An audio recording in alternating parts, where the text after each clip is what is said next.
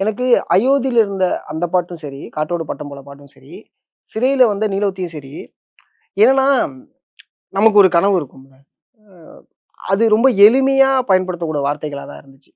இப்ப அயோத்தியில வந்து பார்த்துக்கிட்டீங்கன்னா, நான் அந்த லைன சொல்றேன். அது ரொம்ப சாதாரணமான வார்த்தை தான். பட் ஆனா அது அந்த இடத்துல பொருத்தப்படுதுன்னு இருக்குல்ல, அது ரொம்ப அழுத்தமா இருந்துச்சு.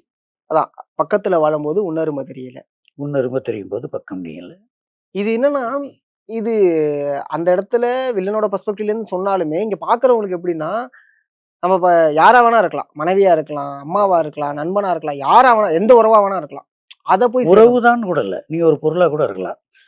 என்ன சாப்பாடு நல்ல சாப்பாடா இருக்கலாம். என்ன ஒரு நல்ல பொருள்.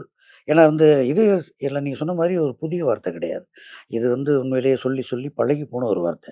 எல்லார் வீடுகள்லயும் எல்லாருமே கேள்விப்பட்டிருப்போம். என்ன குறிப்பா அப்பா, அம்மா குழந்தைகளுக்கு இத ரொம்ப கோபத்துல சொல்லுவாங்க. இருக்கும்போது அதோட அரும தெரியாதும்பாங்க.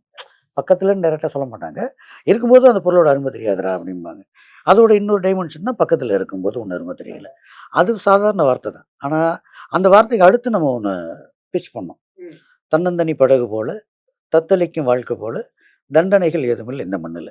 என்ன அதிகபட்ச தண்டனை மரண தண்டனம்போம். அதெல்லாம் இல்ல.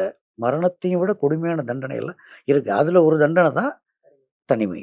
அதுவும் வந்து தன்னுடைய துயரத்தையோ, தன்னுடைய கனவுகளையோ, தன்னுடைய ஆற்றாமையோ கேட்பதற்கு ஆள் இல்லை.